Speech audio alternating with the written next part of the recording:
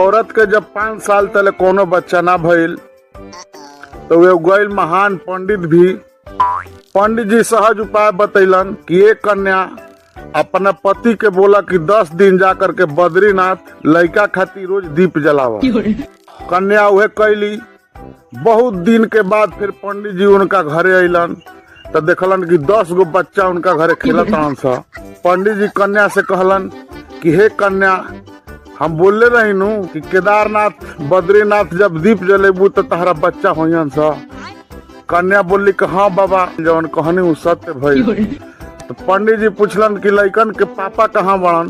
तो उनकर कन्या कहली कि हे बाबा, इनकर पापा फिर से गए बड़न केदारनाथ।